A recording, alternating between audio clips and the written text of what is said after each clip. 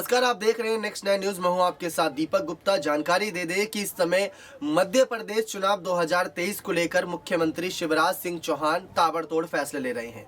चाहे वो यहां पर फ्लैट मामला हो, झुग्गी झोपड़ी हटाकर यहां पर तमाम लोगों को आवास मुहैया कराना हो, बिजली का मामला हो, पानी का मामला हो, लगभग हर छोटी से छोटी और बड़ी से बड़ी चीजों का ध्यान रख रहे हैं शिवराज सिंह चौहान। क्योंकि पिछली बार जो गलती हुई, बहुमत में नहीं आ पाई सरकार, वो गलतियां दोहराना नहीं चाहती, और खासकर सिंधिया के आने के बाद तो बिल्कुल नहीं। लेकिन अब आप भी सोच रहे होंगे कि क्या सचमुच बीजेपी को धोखा देंगे सिंधिया? ये सवाल बहुत बड़ा है और इस सवाल का जवाब आपको देते हैं। और इस सवाल का जवाब शायद ना में ही रहे कि सिंधिया शायद ही कभी बीजेपी को धोखा दे, क्योंकि सिंधिया जो पद की उम्मीद कांग्रेस से लगाए बैठे थे, वही पद धीरे धीरे करके बीजेपी उन्हें दे रही है। जो नेता कल को एक विधायक के तौर पर जाना जा रहा था, जिसको उम्मीद थी वो मुख्यमंत्री बनेगा, उसको अचानक से केंद्रीय मंत्री बना दिया जाता है और इंटरनेशनल लेवल पर उसकी चर्चा होती है, तो क्यों वो पीछे हटेगा?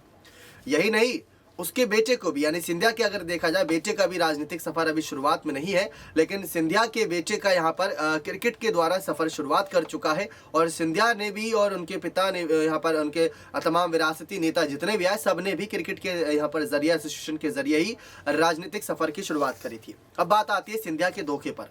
कांग्रेस पार्टी लगातार एक ही शब्द का इस्तेमाल कर रही है, वो है शब्द गद्दार।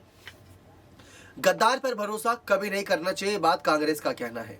लेकिन बीजेपी उन्हीं से हाथ मिलाए हुए है, तो सवाल ये बनता है कि क्या सचमुच एक बार फिर से सिंधिया गद्दारी करेंगे?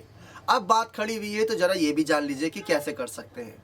जो काम कमलनाथ ने किया, अगर वही काम शिवराज करेंगे तो सिंधिया फिर गद्दारी करेंगे, सिंधिया फिर धोखा देंगे। क्योंकि ज्योतिरादित्य सिंधिया जैसे महान नेता ये चाहते हैं कि वो समाज सेवा करे, वो जनता की सेवा करे, ना कि नेता खुद ही बैठकर सत्ता में मेवा खाएं। वो ये नहीं चाहते कि जनता के लिए यहाँ पर तमाम फैसले ऐसे लिए जाए जो उनके खिलाफ हों। जनता के लिए फैसले ऐसे लिए जाए जो जनता के साथ हो, उनके पसंदीदा फैसले हो, उनका समर्थन करे जनता, और उनके कहीं ना कहीं तमाम भविष्य को सुधारता नजर आए। तो सिंधिया हर उस पार्टी से धोखा देंगे, हर उस पार्टी से गद्दारी करेंगे जो भ्रष्टाचार फैलाएगी। और अगर बीजेपी से उन्होंने भ्रष्टाचारी करते नेताओं को पकड़ा, तो या तो वो नेताओं को हटाएंगे या खुद हट जाएंगे। ये उनकी बड़ी शर्तें हैं जो उन्होंने शुरुआत में ही साफ कर दी थी। उनके तमाम नेताओं ने, सिंधिया ने भी कई बार बयानों के जरिए बात साफ करी है कि उनको पैसे सत्ता की कोई लालच नहीं है, बस लालसा है तो जनता की सेवा की। अब राजा क्या होते हैं? राजा महाराजा का अगर उन्हें सम्मान दिया जाता है तो राजा क्या होते हैं? राजा होते प्रजा की सेवा के लिए। अब प्रजा की सेवा में राजा खुद मेवा खा रहा है, तो प्रजा की सेवा कहां से हुई?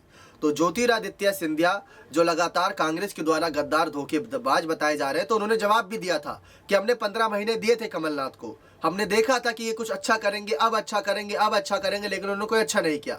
भ्रष्टाचार फैल रहा था, अराजकता फैल रही थी, तो हमको ये कदम उठाना पड़ा।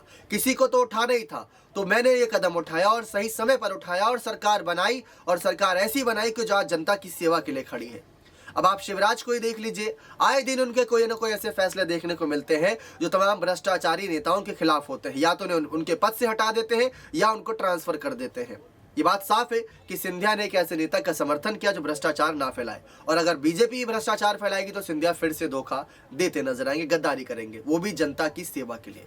क्या आप सिंधिया की इस विचारधारा से सहमत हैं? क्या आपको लगता है कि सिंधिया की इस विचारधारा के साथ उन्हें मुख्यमंत्री पद के लिए आगे करना चाहिए? तो अपनी राय कमेंट सेक्शन में जरूर दीजिएगा। बहुत बहुत धन्यवाद।